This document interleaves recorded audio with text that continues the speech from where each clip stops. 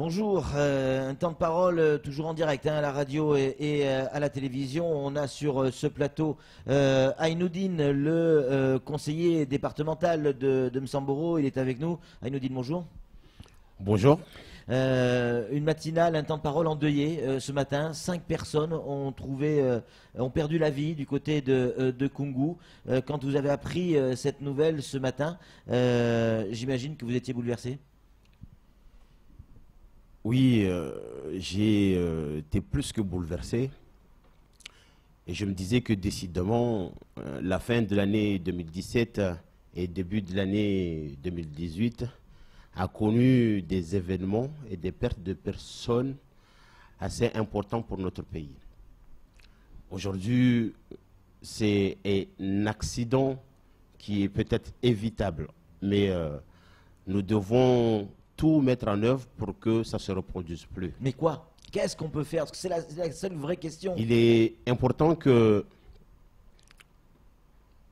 les élus, l'État, prennent conscience de ce qui vient de se passer, que nous observons l'environnement de Mayotte avec tout ce que je vois en face de votre studio. Je pense que si on ne fait rien, on risque d'avoir des éléments et des événements encore beaucoup plus graves que ce que nous avons vécu aujourd'hui. Permettez-moi d'envoyer mes condoléances à la famille et d'avoir une pensée très forte à cet enfant qui a survécu. On ne sait pas comment il va vivre tous ces événements jusqu'à son jeune âge et jusqu'à son âge adulte. Perdre 5 membres de sa famille tout en les voyant partir parce que l'événement... Il était avec eux. Hein, il était avec eux. C'est plus que difficile. Je disais tout à l'heure que Mayotte a connu ces derniers temps des disparitions importantes. Nous avons, je vais profiter ici pour envoyer mes condoléances à toute la population mahoraise par rapport à la disparition de nos 2 députés qui ont... Henri Jean-Baptiste et Jean-François Horry, qui ont été des fervents défenseurs de Mayotte, département français, pendant une vingtaine d'années, à eux tous les 2. Ici, le président du MDM que je suis, sachant que ce sont des personnalités très importantes qui ont œuvré dans le parti, se retrouve endeuillé, et la population de Mayotte avec moi compatissons à la douleur de la population et de la famille. Mayotte n'a pas perdu que des anciens élus. Nous avons perdu des élus qui ont combattu ici et des éminentes personnalités ici à Mayotte aussi. Il y a un adjoint maire à Mamoudzou il n'y a pas trop longtemps, puis à son âme. Et quelqu'un qui m'était très cher parce que travaillait avec nous et une fervente combattante aussi de Mayotte française, Madame Novo. C'est... je ne pouvais pas m'attendre aujourd'hui à votre invitation, à voir cet événement.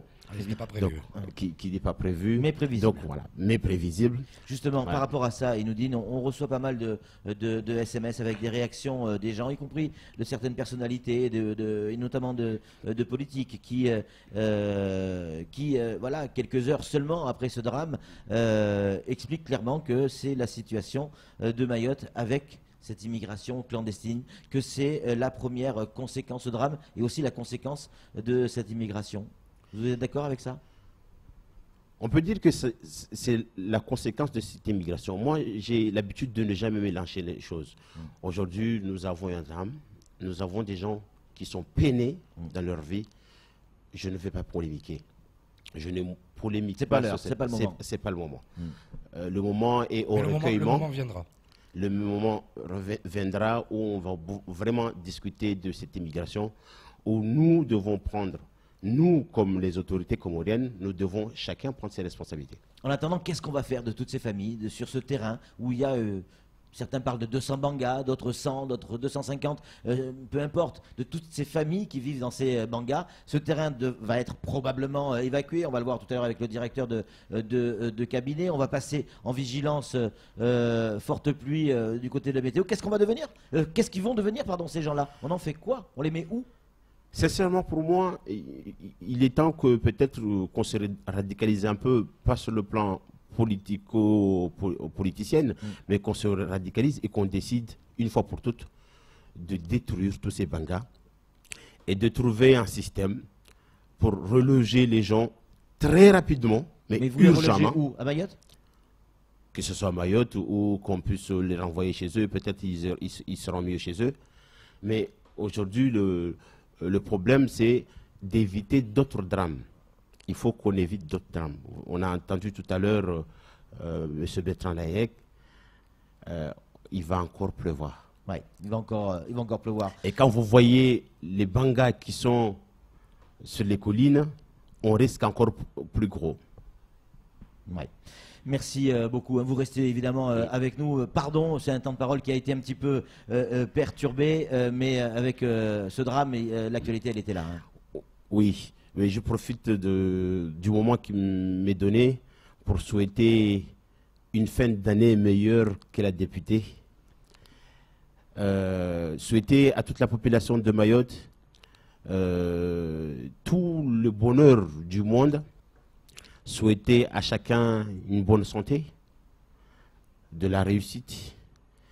Souhaiter à chacun la paix dans son âme. Souhaiter à mon parti politique une année plus calme que l'année que nous avons connue. Il n'y a pas d'élection cette année, ça devrait aller mieux. Ah oui, mais je pense que parfois, il vaut mieux avoir une élection, on se retrouve plus facilement que quand il n'y a pas d'élection. Merci en tout cas, Inodine, d'être venu sur le plateau. C'est tout pour ce temps de parole. Tout de suite, la suite de nos programmes.